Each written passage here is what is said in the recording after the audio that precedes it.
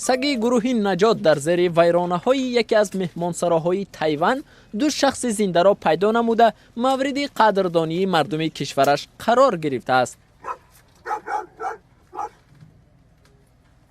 سگ لبرادور 4 ساله که لقبش تای هوسیونگ یا خود قهرمان پولادین می باشد در پی زمین لرزه برابر به 6.4 درجه برای اولین بار در عملیات جستجوی مردم زنده زیر آوار اشتراک کرد.